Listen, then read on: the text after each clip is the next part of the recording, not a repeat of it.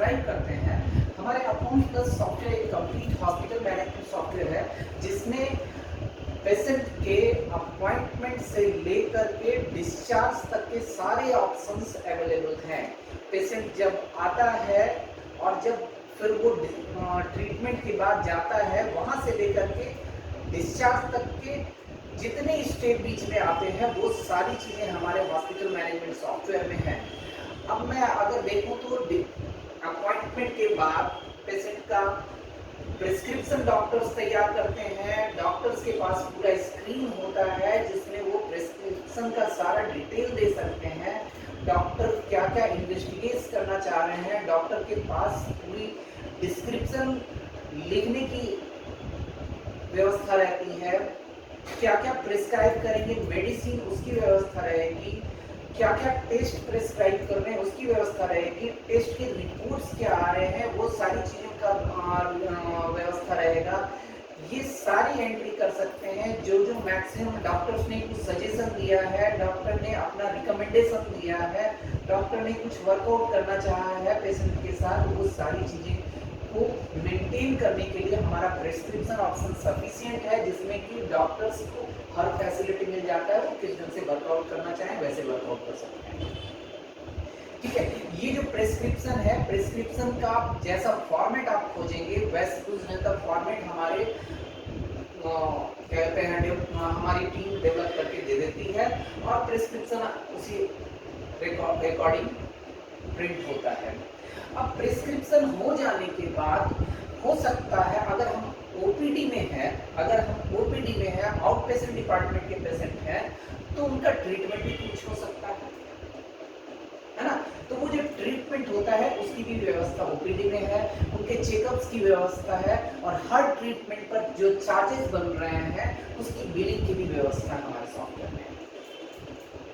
ठीक है, अब ओपीडी अगर कंप्लीट हो जाता है कि हो सकता है पेशेंट ओपीडी करा करके चला गया, डेबिट ओके, उनकी क्लोजिंग हो जाती है, उनकी बिलिंग क्लियरेंस वगैरह वो सारी चीज़ें वहीं पर हो जाती है। वो कैश पेमेंट का सिस्टम है, कैश पेमेंट में सारी चीज़ें वर्कआउट हो जाती है। लेकिन अगर पेशेंट ओपीडी से आईपीडी में जाता है तो हमारे पास पेशेंट के आईपीडी में एडमिशन का भी व्यवस्था है कि पेशेंट एडमिशन लेगा, किस रूम में जाएगा, क्या चार्जेस लगेंगे, एडमिशन के समय क्या क्या चार्जेस होंगे, आगे क्या क्या चार्जेस होंगे, क्या बेड का चार्ज लगेगा पर डे, वो सारी चीज़ों की व्यवस्था है हमारे सॉफ्टवेयर में।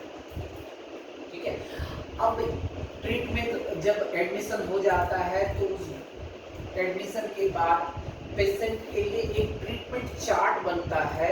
अगर ट्रीटमेंट चार्ट को फॉलो किया जाए या ना फॉलो किया जाए, दोनों ऑप्शन हमारे पास अवेलेबल हैं कि अगर डॉक्टर ने ट्रीटमेंट चार्ट बनाया तो ट्रीटमेंट चार्ट के अकॉर्डिंग ट्रीटमेंट चलता रहेगा। लेकिन अगर किसी ढंग का बीच में सजेशन अगर डॉक्टर ने दिया तो उसके अलावा भी ट्रीटमेंट किया जा सकता है।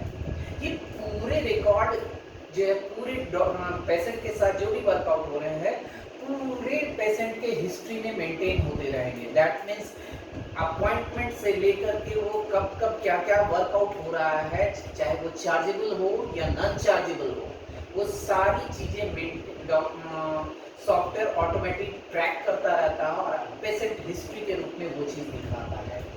अब पेशेंट का ट्रीटमेंट हो गया, पेशेंट के आगे सारे प्रोसेस हो गए, चेकअप्स हो गए, इन्वेस्टिगेशन हो गए, सारी बिलिंग्स हो गई। जब ट्रीटमेंट कंप्लीट हो जाने के बाद पेशेंट को डिस्चार्ज करने का ऑप्शन होता है। जब डिस्चार्ज के समय पेशेंट का डिस्चार्ज समरी बनता है जिसमें उसके सारे बिलिंग डिटेल्स आते हैं, उनके ड्यूज कितने हैं वो चीज़ आते हैं। हमारा सॉफ्टवेयर एक यूनिक फीचर देता है कि जब तक ड्यूज क्लियर नहीं होगा पेशेंट का डिस्चार्ज नहीं होगा और डिस्चार्ज के समय ही डॉक्टर अपना कुछ रिकमेंडेशन भी देना चाहते हैं तो डॉक्टर उसका रिकमेंडेशन दे सकते हैं। और इस तरह के सारे रिकॉर्ड हमारा सॉफ्टवेयर मेंटेन करता है। हमारा सॉफ्टवेयर कॉन्फ़िगरेबल है। हमारे सॉफ्टवेयर में पेशेंट का जिस तरह से भी डिस्क्रिप्शन आप स्टोर करना चाहें वो किया जा सकता है। हमारे प्रिस्क्रिप्शन का जैसा भी फॉर्मेट आप बनवाना चाहें वो बनाया जा सकता है। इसलिए हमारा सॉफ्टवेयर आसानी से इम्प्लीमेंटेबल है और वेरी फास्ट वर्किंग मोड में काम करता है और एक कंप्लीट सॉल्यूशन प्रोवाइड करता है हॉस्पिटल को।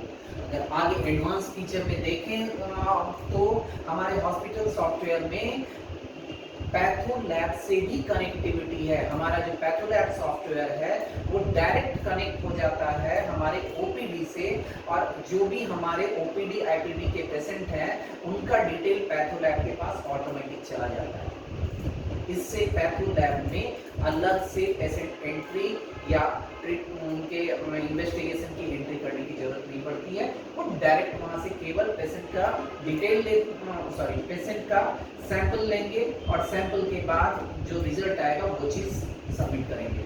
वो जो रिजल्ट है वो डायरेक्ट डॉक्टर के पास आ जाता है जो पैथो लैब ने सबमिट किया है। पैथो लैब ने जो सबमिट किया है वो डायरेक्ट डॉक्टर को दिख जाता है, क्योंकि डॉक्टर जब अपने प्रिस्क्रिप्शन लिखने समय अगर देखना चाहें कि ये इस पेशेंट का क्या रिपोर्ट था तो वो डायरेक्ट यहाँ पर पेपर वर्क की जरूरत नहीं है कि रिजल्ट को टेस्ट रिजल्ट को पेपर में प्रिंट होने के बाद फिर बुलाया जाए, ऐसा नहीं है। डायरेक्ट डॉक्टर देख सकते हैं जो पैथो लैब ने लिखा है। फर्दर हमारा सॉफ्टवेयर फार्मेसी से भी लिंक्ड रहता है। अगर हमारा फार्मा मैनेजमेंट सॉफ्टवेयर अगर वर्कआउट हो रहा है तो डॉक्टर को दिखता रहता है